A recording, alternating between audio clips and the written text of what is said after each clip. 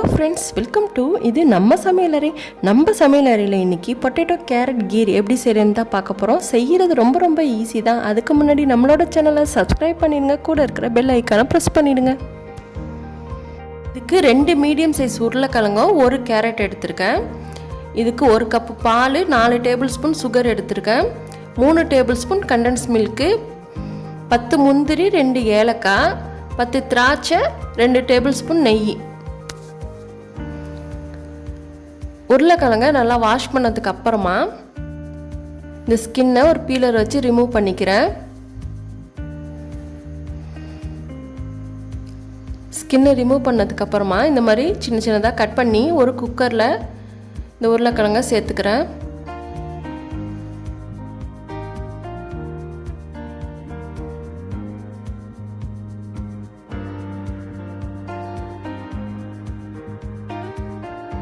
கேரட்டும் ஸ்கின்லாம் ரிமூவ் பண்ணிவிட்டு இதோட ரஃப்பாகவே கட் பண்ணி ஒன்றாவே ஆட் பண்ணிக்கணும்.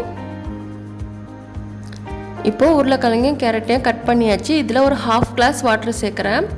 தண்ணி ரொம்ப அதிகமாக சேர்க்கக்கூடாது, ஒரு 1/2 கிளாஸ் சேர்த்தா போதும்.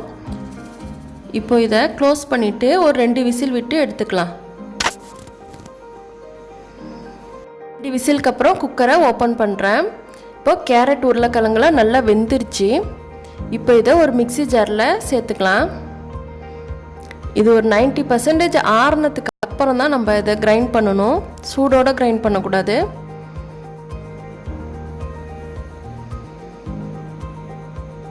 இப்போது இதை நல்லா அரைச்சி எடுத்தாச்சு. மிக்சியில் இதை ரொம்ப ஃபாஸ்ட்டாக அரைச்சி எடுக்கக்கூடாது, இடையில ஸ்டாப் பண்ணி தான் நம்ம இதை அரைச்சி எடுக்கணும். இப்போது ஸ்டவ் ஆன் பண்ணிவிட்டு ஒரு பேன் வச்சுருக்கேன். பேன் ஹீட் ஆனதுக்கு அப்புறமா 1 டேபிள் ஸ்பூன் கீ சேர்த்துக்கணும். கீ லைட்டாக ஹீட் ஆனதுக்கப்புறம் ஃபஸ்ட்டு ஏலக்காவை ஆட் பண்ணிக்கலாம். ஏலக்காய் நல்லா பொரிஞ்சதுக்கு அப்புறமா நம்ம அரைச்சி வச்சுருந்த உருளைக்கிழங்கையும் கேரட்டையும் இதோட ஒன்றா சேர்த்துக்கணும். நல்லா மிக்ஸ் பண்ணி விட்டுக்கிட்டே இருக்கணும், இல்லைனா அடி பிடிச்சிடும்.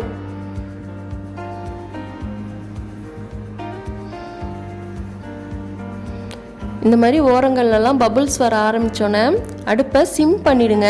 அடுப்பை வேகமாக வைக்கக்கூடாது. இப்போது இதில் 4 டேபிள் ஸ்பூன் சுகர் ஆட் பண்ணிக்கிறேன்.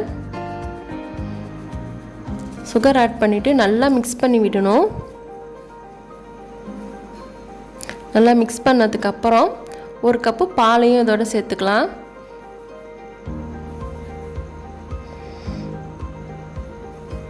பால் சேர்த்ததுக்கு அப்புறமா இதை நல்லா மிக்ஸ் பண்ணி விட்டுக்கிட்டே இருக்கணும். இது பொங்கி வந்துச்சுன்னா டேஸ்ட்டு நல்லா இருக்காது. இந்த மாதிரி பபுள்ஸாக இருக்கும் போது நம்ம கிளறி விட்டுக்கிட்டே இருக்கணும். இதில் 1 பிஞ்ச் சால்ட்டு சேர்க்குறேன். ரொம்ப அதிகமாக சேர்க்க வேணாம், 1 பிஞ்ச் சேர்த்தா போதும். இது நல்லா அடிக்கடி மிக்ஸ் பண்ணி விட்டுக்கிட்டே இருக்கணும், இல்லைனா அடி பிடிச்சிடும். இதில் 3 tablespoon condensed milk add பண்ணுறேன். உங்களுக்கு இன்னும் கொஞ்சம் இனிப்பு தேவைப்பட்டால் இன்னும் 1 டேபிள் ஸ்பூன் சேர்த்துக்கலாம். நான் சொன்ன அளவுக்கு இந்த சுகரும் கண்டென்ஸ் மில்க்கும் கரெக்டாக இருந்துச்சு டேஸ்ட்டு.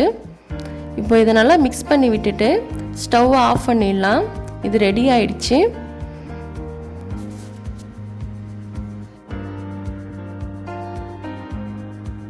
இப்போது லாஸ்ட்டாக தாளிக்கிறதுக்காக ஒரு சின்ன பேன் வச்சுருக்கேன். பேன் ஹீட் ஆனதுக்கு அப்புறமா 1 டேபிள் ஸ்பூன் கீ ஆட் பண்ணிவிட்டு இதில் நல்லா முந்திரி திராட்சையை ஃப்ரை பண்ணி எடுத்துக்கணும். இந்த மாதிரி லாஸ்ட்டாக ஃப்ரை பண்ணி போடுறதுனால ரொம்ப க்ரன்ச்சியாகவும் டேஸ்ட்டாகவும் இருக்கும். இப்போது இது நல்லா ஃப்ரை ஆகிடுச்சு. ஸ்டவ் ஆஃப் பண்ணிவிட்டு இந்த முந்திரி திராட்சையை இந்த கீரில் ஆட் பண்ணிடுறேன். இப்போ இதை நல்லா மிக்ஸ் பண்ணி விட்டுட்டா அவ்வளோதான், இது ரெடி ஆகிடுச்சு. அவ்வளோதாங்க, ரொம்ப சூப்பராக டேஸ்ட்டாக பொட்டேட்டோ கேரட் கீர் ரெடி ஆகிடுச்சு. கண்டிப்பாக உங்கள் வீட்லேயும் இன்றைக்கே ட்ரை பண்ணி பாருங்கள். இது செய்கிறது ரொம்ப ரொம்ப ஈஸி தான். இது ரொம்ப ஹெல்த்தியும் கூட.